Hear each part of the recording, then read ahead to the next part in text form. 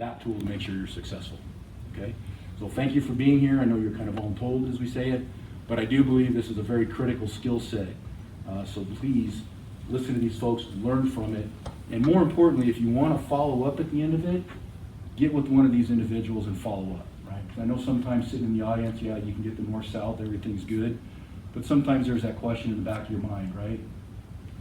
Any one of these folks you can come up to afterwards or just ask to get their card and call them on and offline, right? If you want some more information, you want to talk about anything as you get ready to go, okay? So please feel free to do that. That's why they're here, okay? Any questions for me? All right, again, I appreciate y'all being here. Good luck. Thanks. Thank you. Thank you, sir. Appreciate it. Good afternoon, everyone. It's nice to be here. It's nice to see all of you. I'm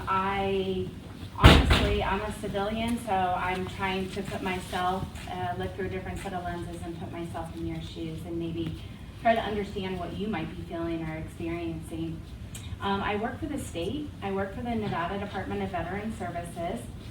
So you have your federal side, your VA side, and then you have your state resources. So I come to you from the state. I am the Suicide and Homelessness Prevention Program Manager for the department. And how we ended up here and how we are here doing this presentation, I'd like to start out by saying I'm not sure if any of you have ever heard. I really encourage you to not only listen today, but I encourage you to hear. There's a difference between listening and being able to hear what someone's saying. And this incredible team over here, we've developed a different take, trying to do a different spin, trying to reach our different airmen and our soldiers in just different ways to try something different so we can make a different impact. Because unfortunately in our state we have a really high rate of suicide. We have a high rate of homelessness too. But what folks don't understand is that it is all of our daily life stressors that can cause a person to get into crisis or to what we like to call being not mission ready, not mentally mission ready. The object and the tool here is to provide, as the general said, more tools in what I like to call your toolbox of life. It's just one more item for you to a protective factor for you to carry and take with you. As the general said, all of us are available offline if you ever need anything. But the purpose of this is to be able to share with you and to reach all of you at different stages and to let you know that it's okay to ask for help.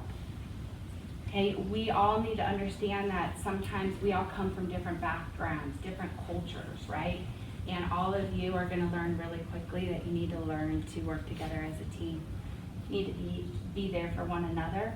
And we're hoping that this provides you tools to be able to help identify if someone may be going through a hard time. Really encourage all of you, and I know looking at all of you, some of you are on the younger side, and so you grew up with cell phones, whereas I didn't grow up with cell phones. So that's probably a comfort tool for you too, right? You've gotten used to that. I encourage you to make sure that you always try to look around for your battle buddy next to you, your airman, so you always have their back. Learn to help identify if they may be in crisis. And a crisis could be different for everybody. And so we're here to help teach you resiliency, to help actually share it, to share these experiences, to let you know, I really don't like the word normal. You know, our society wants us to fit into a box, right? And this is normal. I encourage you to go outside that box all the time. Grow. Learn how to identify and be there for one another. It's to share with you that, hey, some of these individuals have gone through really hard times in their life, but because they've had other individuals to support them and they've learned how to navigate through, which they're going to be able to give you some tools so it won't be as difficult for you to navigate. It is with great honor. All of this came about. I'd like to just stop really quick and tell you how this came about. It came about, it's something called the Mayor's Challenge. And our mayor down in Las Vegas was the first mayor to accept the Mayor's Challenge, which is an initiative to help prevent suicide amongst our service members, veterans, and their family members. So your family members are just as important too. They're just not wearing the uniform, they're serving in a different capacity. So our team is trying to not only help provide all of you tools, but to also help educate your family and our community on how we can all support you. So it is with great honor we have Mayor Ron Smith. You're going to get to hear about Mayor Smith. He was the second mayor in the state of Nevada that accepted this challenge and said, yes, I will be on your team and I will help lead the way and support the efforts on how to support our airmen, our soldiers, squids, our coasties, all of you. And so we've got Mayor Smith, we have Councilman Anderson. He's now leading the Mayor's Challenge team up here. We've got two, one in Las Vegas, one up here in the north in the Truckee Meadows area. We now have Governor Sisolak signed what's called the Governor's Challenge. And I just brought a team back of 22 of us. We went to Washington, D.C. And so we are here, we are fighting for you. We're trying to find out ways how to intercept and how to support you before you get to a moment where you feel, I can't do this anymore. So it is with great pleasure that I introduce, we've got Officer Keith Bleich with the Reno Police Department. We have Councilman Anderson with us today. We have Mayor Ron Smith. Aircraft carrier. I was an engineman on the aircraft carrier from 92 to 96. Once out of the Navy, I got used my GI Bill, became a Toyota technician. I worked for Toyota for a number of years. I went back to school for criminal justice, and I got hired while I was doing that. So as a police officer, I've done a number of things. I was in patrol. I've done the bicycle team. I did motel interdiction team. I did undercover narcotics. And I was the homeless liaison for the Community Action Office. So here's my disclaimer. I'm not a medical professional. I'm a police officer. This is just some of the issues I had and that I struggle through. I am not a public speaker, as you can tell. There's going to be a lot of ums, a lot of so's, and a lot of dead air. All right? These stories are very personal to me. This is for me because I will get emotional. It sparks up a lot of buried memories what I'm going to talk about. So this is, I usually give another spiel, but this is kind of new. After kind of some events that happened last week, I started thinking about it. So with that being said, let's just jump right into it. So I have a lot of notes too, so I'm gonna look down because I can't remember crap. So working as a police officer, it's an exciting job. I've done some crazy stuff. I've bought drugs from drug dealers. I've chased people down dark alleys. I pulled my gun out on more people than I can think of. You meet a lot of great people. Everybody just wants to help other people, which is great. That's why we get into this job. You see a lot of things, a lot of funny stuff, a lot of sad stuff. Unfortunately, you can't unsee the things you see. I've seen poverty. I've seen people who have everything they own in a backpack in a snowstorm and have no place to sleep. I've seen desperation. I've seen people on ledges, standing on a ledge, thinking suicide is the only way to cure their problems. I've seen mental illness, trying to reason with people, but you know that they're not getting it. They're too far gone. I've seen death, fighting with a drug-induced individual until his heart gave out and he died. I've seen despair, hugging a crying son while giving a death notification. I've seen scared, an officer who was giving his dying declaration as I tended to his gunshot wound.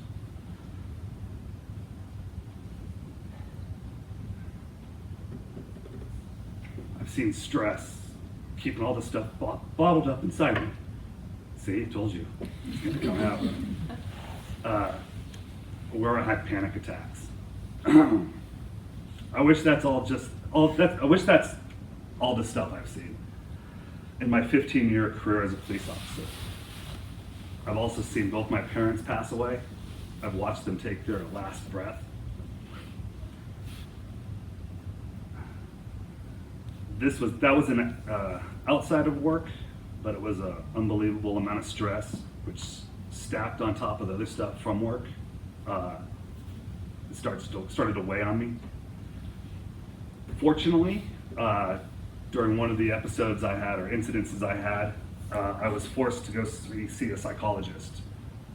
When I fought with the guy that he died, it was called an in-custody death. So we have to go and see a psychologist. We put on administrative leave. And when I saw that psychologist, a lot of stuff I talked about, my parents' death, the fight, and some other incidences, he was able to help me see what was going on. And the greatest thing I took away from him is stress. Your mind is like a pot, and you keep putting all this stuff in my pot. All the stuff I mentioned before just goes in the pot, and I don't talk about it.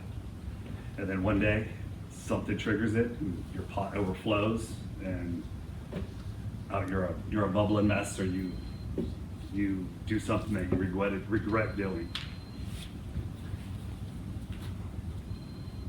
Fortunately, my wife of 25 years understands the rigors of my job and is there for me. She knows me like no other and knows when I'm hurting.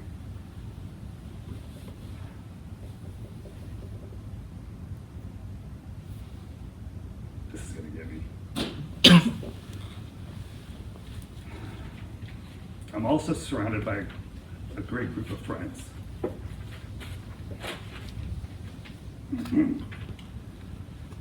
For example, last week, did y'all hear about the murder-suicide in Damani? So I was the third officer on scene. Luckily, I did not go into that house. But when I got there, I stayed 8 hours on scene while that happened. And I was, as the detectives and medical personnel and the medical examiner and the FIS, which is our crime scene investigators, when they come out, they're all talking about what they saw in the house and it affected me. But like I said, I have a great group of friends. Within 30 minutes, this is the support I have. Within 30 minutes of me being on scene, I'm getting a text from ex-partner I had in one of my other units. And she said, I know you're on that scene. If you need help, if you need to talk to somebody, give her a call. An hour later, a different person called me. I went out with a friend. She knew something was wrong. And then just last night, somebody else contacted me.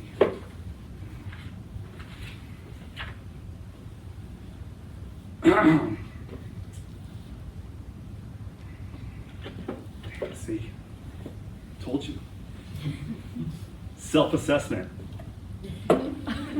Know your boundaries.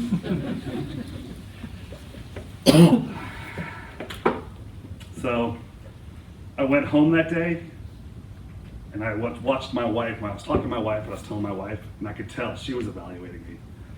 My wife and I, we have this agreement. If she thinks I need help, I go seek help. If I start drinking, and I'm angry and I'm not listening to her, she is not instructive, but she told me she will call two of my best buddies and they will come and get me to go get help. So as you can see, I know a little bit about stress. And how to cope with it a little bit. But, so we're here because you guys are going to boot camp. So here's where, now it's the up part. So, as stated before, there's some certain things at boot camp and stresses. I started thinking about when I went to boot camp. And what were the stressors? And it was already hit on by the general that, you know, you're going to be away from home for the first time, maybe for some of you. You don't know anybody. You start second guessing your decision, or at least I did. Started second guessing the decision I got there. Was this the right thing for me to do? Then you have, so that would be your foundation. Then you start having your academic knowledge-based courses pile on top of that. Then you have daily drills piled on top of that. Then you have physical fitness piled on top of that. You can see the stress starts to build up. And then if you're struggling with something, that just compounds everything. The reasons that the military does this there's a few things. One, you're joining the military, right? It's going to be a stressful job. Whether you're a cook feeding 1,500 people or a soldier going into the green zone, the stress is still there. You know, if someone else is depending on you, there's going to be some stress involved.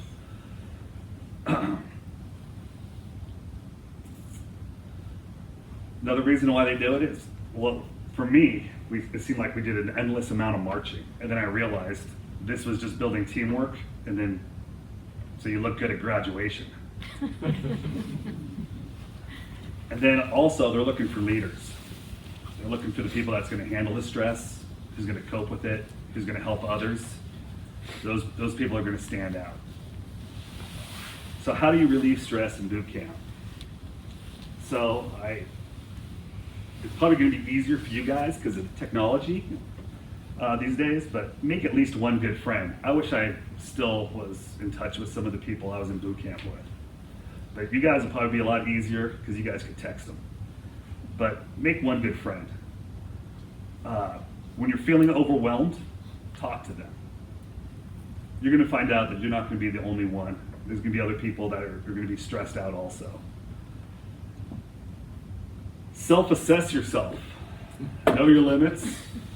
Ask for help if struggling with anything. Ask for the help. Look for the strongest person in that field. If you're not going to be able to do push-ups, then look for someone who does a lot of push-ups and ask them to help you. If you can't do your academic courses, ask for help there. Here's a tactic that I've used. It's called tactical breathing. When things start getting rough and you're doing multiple things, it's breathe in for 3 seconds, hold it for 3 seconds, and out for 3 seconds. That will slow your heart rate down. It will break your tunnel vision and help you complete the task on hand. I used it on a different shooting, and I was able to get over the radio. I should use it when I do these things, to be honest with you. Yeah. And then working out. I mean, you're going to be doing a lot of working out when you're going through boot camp. But you could always do push-ups, sit-ups, calisthenics in your barracks if you have free time to break some of the stress. And then the faith-based services. This, when I was in boot camp, this was like the no one's going to yell at me zone. You go to church. I wasn't even religious. I just went to church because I knew nobody was going to yell at me. This is the next chapter in your life. I do this almost all the time when I meet a new veteran that comes into the police department. And I ask them, are you more proud of being a veteran or being a police officer? And almost all of them have said, I'm more proud of being a veteran. Before I go, I want to read you a passage from retired Admiral McCraven's book, Sea Stories. He talks about the greatest generation. Does any of you know what the greatest generation is? Yay? No? So the greatest generation is the people that signed up for the military when World War II, at the beginning of World War II. They were the ones that, when Pearl Harbor got bombed, they're the ones that said, send me. So he talks about I'm trying to find my place here now.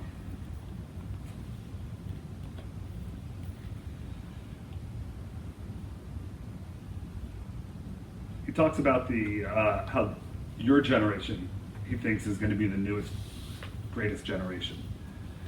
So he says, from the battlefields to the classroom, I have seen the young men and women of this generation, the often maligned millennials. They are supposed to be pampered, entitled, and soft. I found them anything but. They are courageous, heroic, and patriotic, as their parents and grandparents before them.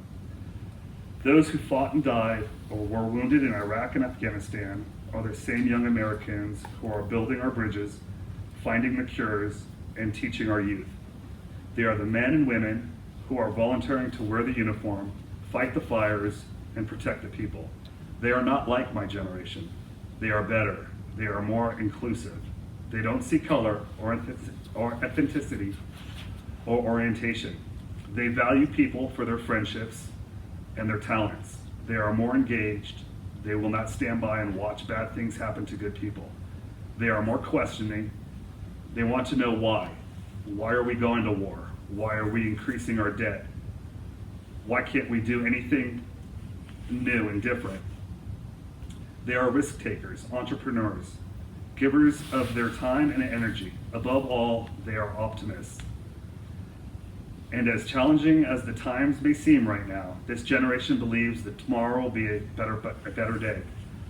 I am convinced that history will someday record these young Americans were the greatest generation of this century, and I know beyond a shadow of a doubt that we will all be just fine. So Admiral McCraven, he was a SEAL in charge of Special Operations Command during the Osama bin Laden raid. So if he thinks that you guys are badass, I think you guys are badass. So with that being said, congratulations. Hope you guys have a great time in boot camp and whatever the future brings to you.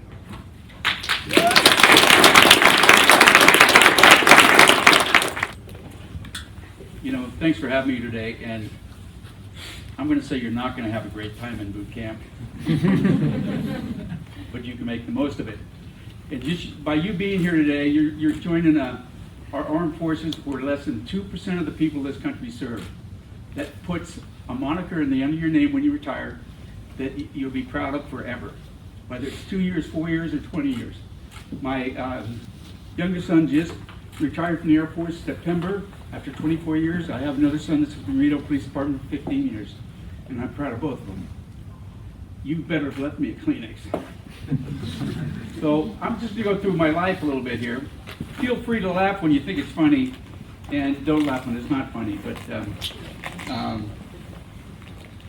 when you sit down to do this is tough to do. You start writing down your life, and you go, I don't want to say that. I don't want to say this. I don't know how to say that. So in June of 1967, I think you were all pretty young then,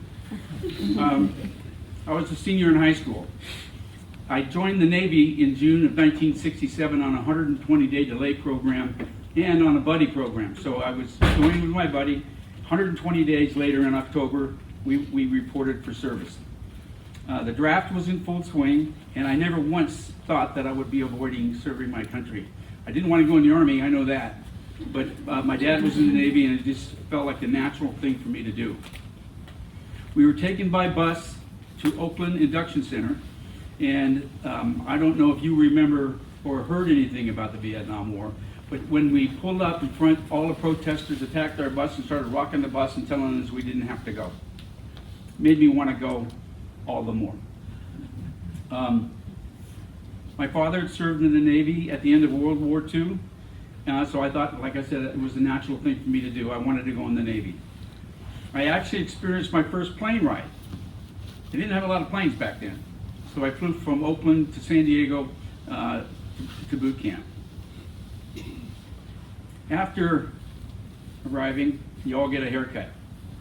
I couldn't recognize my buddy with his haircut, and I know he couldn't recognize me. And so I couldn't recognize my buddy after we got in boot camp, and then I never saw him after boot camp. That's how the buddy system works. I remember that we had a few sailors want to go AWOL during boot camp because it's so fun. But they went over the fence into the Marine Corps camp. The Marines tended to keep them for a while before they gave them back. Boot camp was 13 weeks long. There was no Coke machines, no phones, there was no interaction with the outside world. I don't remember ever talking to anybody until it was time to leave. Oh,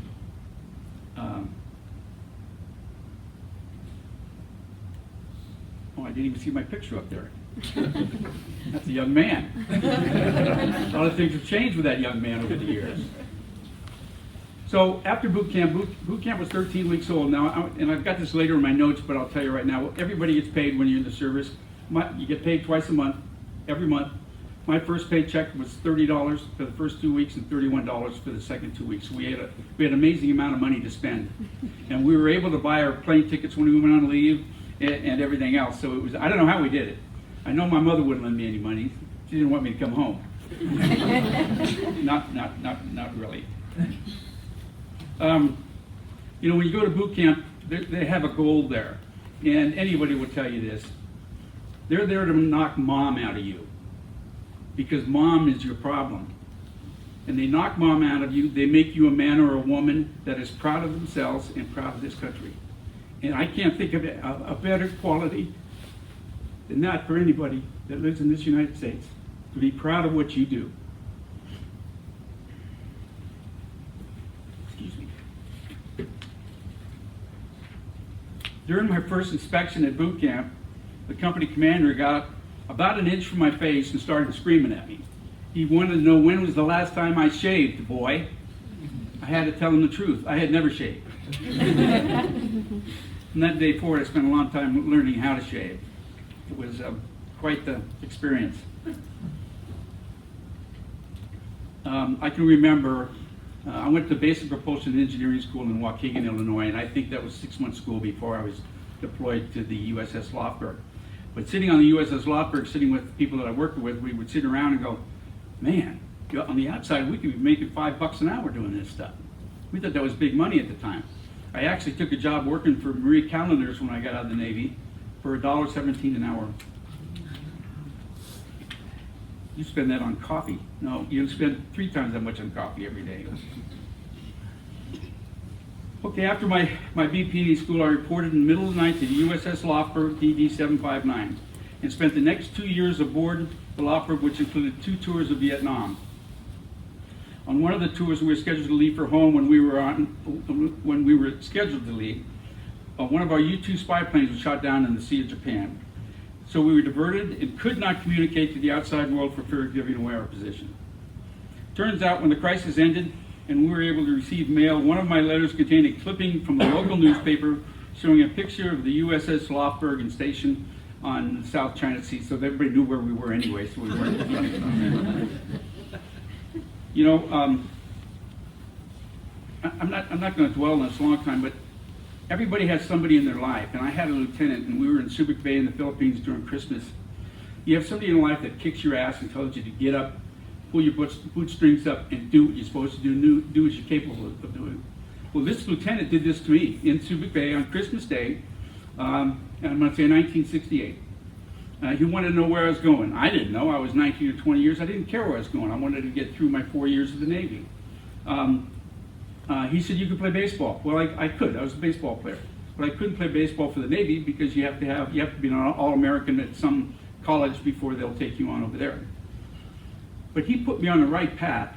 He gave me the pride that I was looking for, that I could do my job, that they appreciated doing, that they appreciated me doing my job.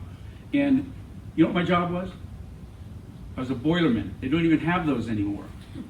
They used to send people from captain's mast down for their punishment down to work with us and clean the decks. You remember we were off the coast of Vietnam, we had a pastor come by. And he looked down the hole and his glasses steamed up. He says, well, I'm not going down there because it was about 120 degrees down there. We had it pretty good though. We used to steal baked potatoes out of the gallery. and cook them in our boiler, and we'd have baked potatoes every night. One thing we didn't have all the time, we had coffee. We had coffee, cream, and sugar. Then we had coffee. We didn't have any cream. Then we didn't have any sugar. So you learned to cope, you learned to change with it. We used to eat frog legs from the Philippines when we went down there. And it was quite a deal. Okay, let's move on here. One of my duties on the everybody had special duties that they had to do. One of my duties aboard the Lockbird was if we were sinking, I'm supposed to go down into the hole and start breaking up all this 25-year-old equipment that nobody wants anyway. We used to run the ship on a baling wire most of the time because we couldn't do the books. And I said, that's not a problem, I'll do that as long as you say this is a drill, because I'm not going down in that hole if we're sinking. Night action, the average life expectancy of a destroyer during World War II night action, once it was hit, was 13 seconds before it went under. So it wouldn't give me a long time to even get my shoes on. I got out of the Navy in 1971, we helped put it out of commission, and that's the first time I realized why they call it a tin can. Because the hull is only a 1/4 inch thick all the way around. We slept in the aft deck. We had 5-inch guns above us. And we'd shoot all day and all night over in Vietnam, and the deck would crack above us and we'd be able to look at the stars. But that's how thin the hull was on the ship. It was times I'll never forget. It was times I didn't want to be in when I was there, but I thank God for the experience that he gave me. Okay, when I was a kid, I couldn't figure out how old I'd be in the year 2000. So I figured I'd be dead. So this is all gravy to me. And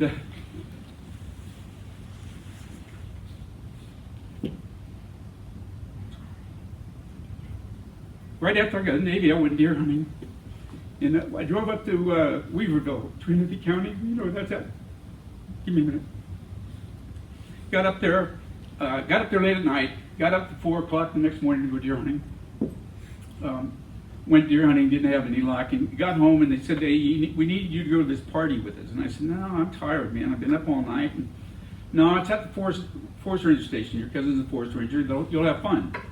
So I went to the party, immediately went into where their bunks were and fell asleep.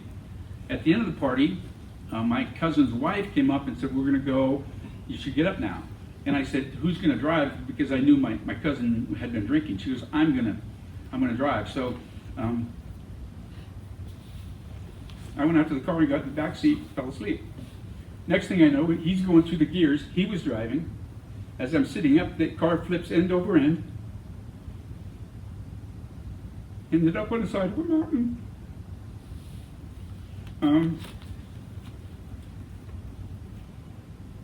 So the ambulance and everybody out came and got me. Saw the biggest buck I'd ever seen in my life in the middle of the road, in the middle of the night. They took me to the emergency hospital, and they had to call an x-ray technician, because at that time it was a pretty small hospital. And he said, put your feet down. I said, I can't. He said, put your feet down. I said, I can't. So he pushed him down, took his x-rays, and this was funny to me, because he comes running out, he's sweating bullets, because not only do I have a broken back, one of the Forest Rangers dropped a shell on my shirt. It looked like I'd been shot. And so I said, you deserve what you get, you asshole, because the way you treated me when I came in here. But I wasn't shot, but I did have a broken back. Obviously, it wasn't severed all the way through. I wouldn't be standing here right now. Spent 6 months in the hospital on my back, and then another 6 months in a full body cast. Actually got married in a full body cast. And the only thing I can think of was when I was kneeling down, because it was a full Catholic wedding. I thought somebody wrote something on the bottom of my shoes, and I couldn't see it anyway. So they were having fun with me. So then I was in a full body cast for 6 more months. They took, I'll tell you another little story. I went duck hunting with my body cast on. And I thought I could probably jump this little tiny ditch. And I went straight up and straight down, and the ditch was like 4 feet deep. I had to go to the hospital after about 3 days, because that's how long it took me. That's when we were going home. And I stunk like the water stinks out in the sloughs out there. They were not happy with me. But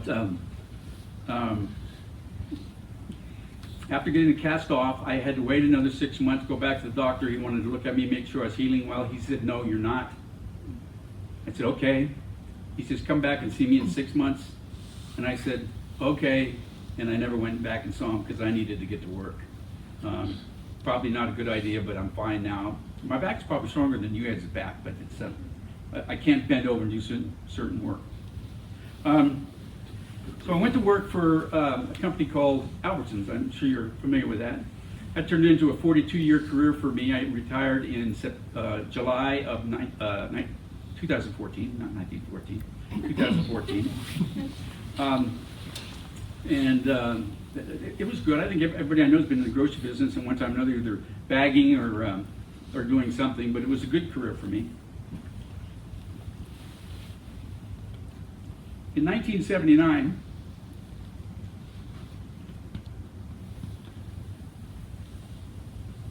you know, for 20 years I never cried about this. I called home in the middle of a deer hunting trip just to kind of check in. I was told that my father had committed suicide. No goodbyes. No final words. Now I can't read my words. My father had throat cancer. And in those days, the surgery was pretty new. They do surgery in your throat, and then you had a hole in your throat. You could actually talk if you put your fingers over that hole in your throat. You can be understood. And I can remember sitting around my folks' house, whole family, and everybody's talking, and my dad wanted to talk. So he put his hands over his mouth or over his throat, and he started to say something. My mother said, "Shut up, Don, nobody wants to hear from you." His name was Don. That didn't sit very well with me, but he committed suicide after that. I never talked about it because I was mad. Suicide doesn't just kill you, it hurts everybody around you, and it kills a little something in them too.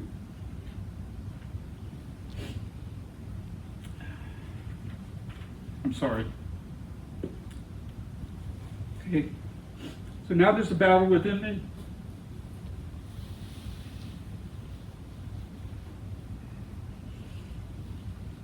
I was elected mayor, as mayor in June of 2018 after serving as Sparks City Councilman for the past 12 years. I was the mayor-elect until I was sworn in as mayor November 2018. In December of 2018, I was diagnosed with pancreatic cancer.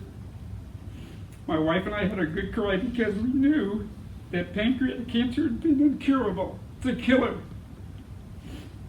My wife's brother, at age 49, in 2005, weighed 205 pounds. By the end of 5 months, he was dead and at 105 pounds with pancreatic cancer. Hang on.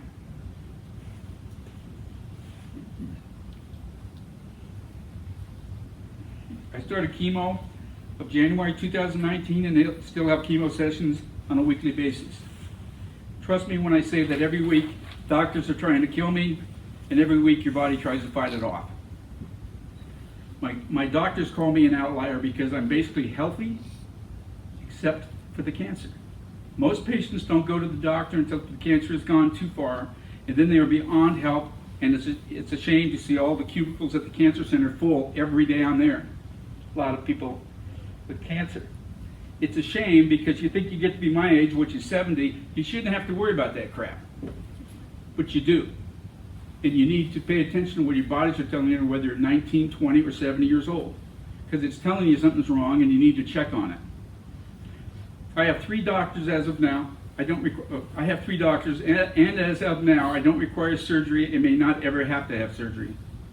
I will continue chemo until my body can't take it, or the chemo stops helping me. They will then treat it like a chronic illness. In other words, like I have a cold or the flu, and they're going to give me pills and everything, and it should work. None of them think I should have surgery. When I first went in, I was told that they could keep me alive for the next 5 or 6 years, and by then, they will have better medicine, and they will. I've been alive now for over a year and a half. and I plan on being around a while. A normal person has cancer markers from 0 to 35. You all have cancer markers, and they're somewhere between 0 and 35 unless you have cancer. When I was diagnosed, mine were 2,500. Now they're down to 102. So I'm beating this. I will close by saying I go to work every day with a good attitude. I have trouble with late night engagements. I get tired, so I don't go to those. I've discontinued doing a lot of the nighttime work because Paul will tell you, you start going at 7 o'clock in the morning, you get home at 9 o'clock because of everything you have to attend. If it wasn't for my wife and family, I wouldn't be here.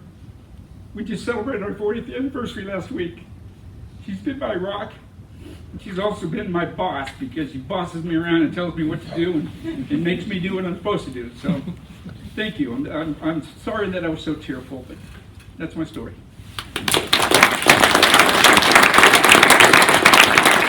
You know, really, we're trying to help break the stigma down.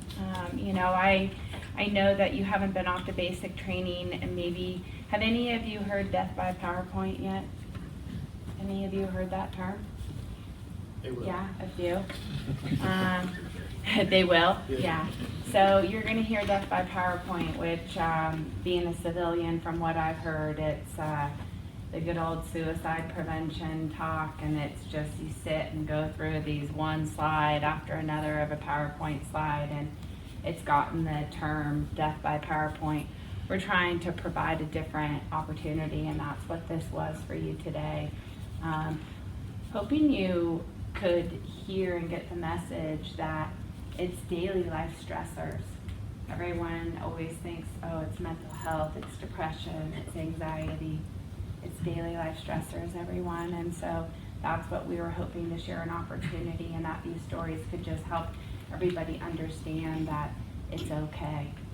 You know, it's okay to ask for help. And so that's why we were here. I hope it was beneficial. We'd love any feedback, good or bad. That's how we grow and that's how we learn. So really appreciate everybody being here and being so willing to. I know you were voluntold, but appreciate you being here and listening. And again, if anyone wants to talk to any of us offline, or you want our information, we have business cards, or we can get the contact information to you. So thank you very much. I appreciate it.